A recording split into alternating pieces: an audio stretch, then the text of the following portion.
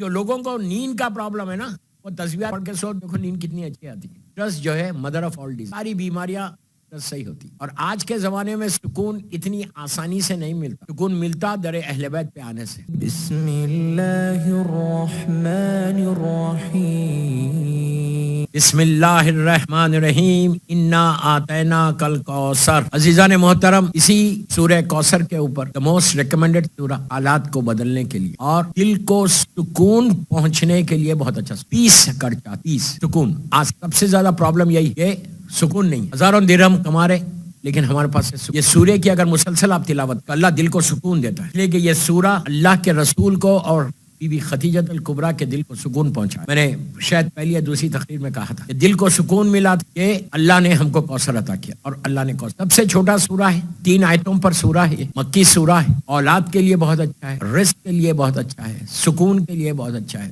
پیس چاہتے ہو زندگی میں، سب سے بڑی ایک نعمت ہے کہ بندے وہ پیس آ جائے، سکون آ جائے. اس لیے کہ اگر سٹریس میں رہے گا وہ mother of all disease. Stress جو ہے مدر آف آل ڈیزیز، ساری بیماریاں صحیح ہوتی. اور آج کے زمانے میں سکون اتنی آسانی سے نہیں ملتا. سکون ملتا در اہل بیت پہ آنے سے، امام بارگاہ میں آنے سے، ذکر الہی کرنے سے اللہ سکون عطا. اس لیے کہ میرے مولا کا جملہ ہے دعائے کمیل میں، ذکرہ شفا، پروردگار تیرا ذکر شفا ہے. اسی لیے کہا گیا کہ کثرت سے تلاوت کرو، کثرت سے اللہ کے ناموں کو دہراتے رہو. تسبیحات اربع بھی سکون کو پہنچا. سبحان اللہ، الحمدللہ، ولا الہ الا اللہ، اللہ بہت سکون کو. اگر دن میں صبح میں 18 مرتبہ اور رات میں 18 مرتبہ سونے سے پہلے کوئی تسبیحات اربع، شیخ عباس خمی نے مفاتیح الجناح میں لکھ، صبح پڑھو گے دن بھر تمہارے بدلے میں فرشتے استغفار کریں گے. اب سوچو، رات میں کرو گے تو رات عبادت میں گزرے گی. اس کے بعد 18 مرتبہ پڑھنے کے بعد 3 مرتبہ بولنا بسم اللہ الرحمن الرحیم، لا حول ولا قوت الا باللہ العلی. مانے کہ کوئی طاقت نہیں ہے، کوئی قوت نہیں ہے سوائے تیری طاقت. when you trust your اللہ نا، اللہ پھر وہ سکون عطا کرتا. کثرت سے تسبیحات اربع کی تلاوت کرو.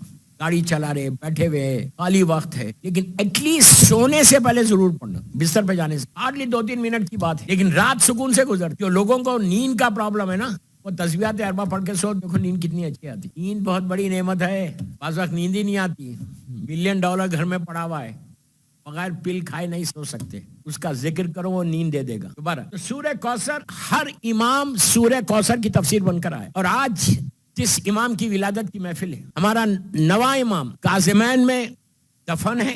ابھی میں مولا کی زیارت کر کے آ رہا. اللہ آپ سب کو، ہم سب کو بار بار کرائے. سب سے ینگسٹ امام جو ہے، ہمارے زمانے کے امام کو چھوڑ دو، مولا سے لے کے 11ویں امام، سب سے کم سن امام، سب سے ینگسٹ امام 25 سال میں شہید ہو گئے تھے. 25 ایئرس، بعض روایتوں میں 24 ایئرس. 25 سال میں میرے مولا کو ظالموں نے شہید کر دیا. سب سے ینگسٹ. لیکن دور امامت آپ کا 17 ایئرس رہا، 17 سال. دور امامت بہت کم سن تھے جب 8ویں امام کی شہادت ہو گئی تھی.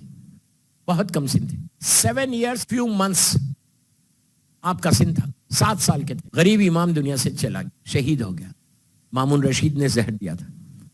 پھر اب ایک انٹرسٹنگ ایک ڈیبیٹ ہے مولا، وہ میں تقریر کے اختتام پہ پڑھوں گا. مامون نے اپنی بیٹی سے، ام الفضل سے، آپ کی شادی کی تھی.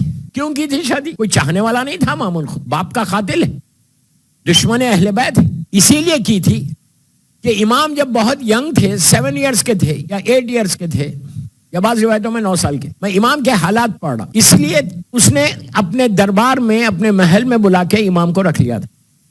وہ اپنے ذہن ناقص میں یہ سمجھ رہا تھا کہ اگر میں 7-8 سال کے بچے کو اپنے ماحول میں رکھوں تو جیسے میں چاہوں گا وہ وہی کرے گا. میں نے کہا ذہن ناقص میں.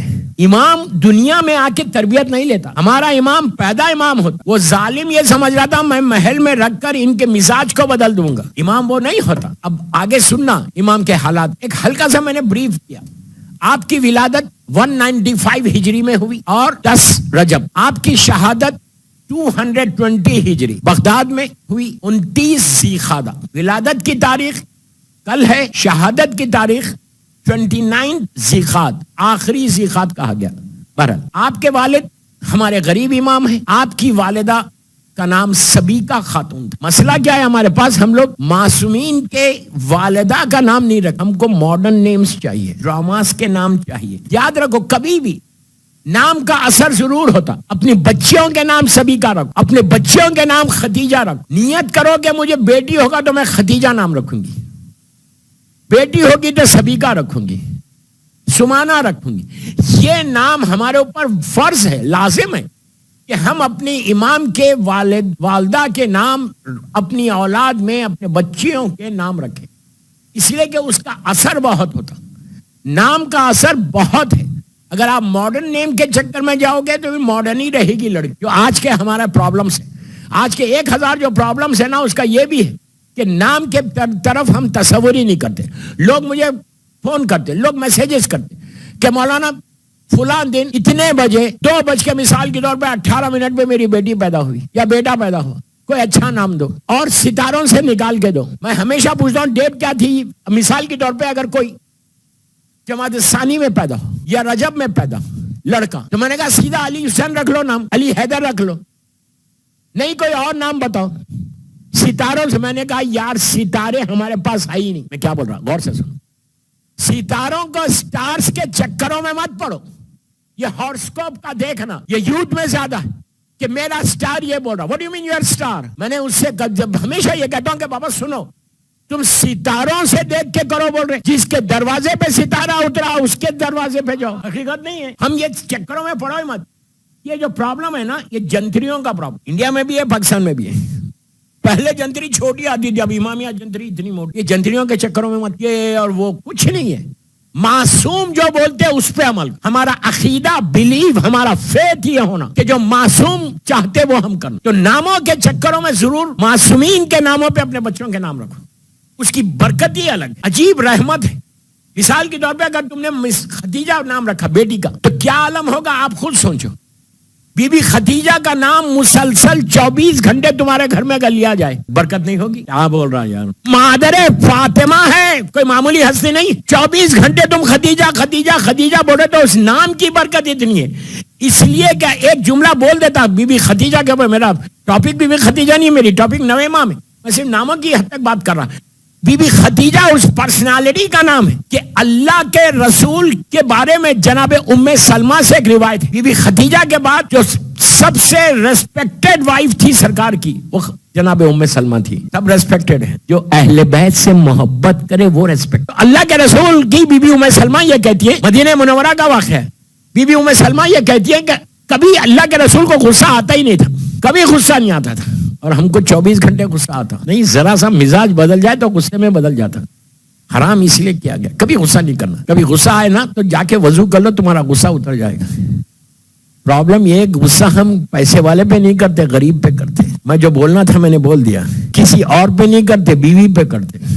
لیکن آج کس کی مجال ہے کہ بیوی پہ غصہ کرے؟ شارجہ والے تو بالکل نہیں کرتے. نہیں ایک بات بول رہا ہوں میں, تو کبھی اللہ کے رسول کو غصہ نہیں آتا. خلق عظیم کا مالک ہے. جناب ام سلمہ یہ کہتی ہے کہ اگر کبھی آ جائے تو ہم ذکر خدیجہ چھیڑ دیتے تھے. کیا سنا ہے؟ سرکار کے چہرے پہ مسکراہٹ آتی, جس کا ذکر سرکار کو مسکروائے تو اس کا نام خدیجہ. اسی لیے میں بول رہا ہوں آپ کو بیٹیوں کے نام خدیجہ رکھو, ماڈرن نیمز کے چکروں میں مت پڑو.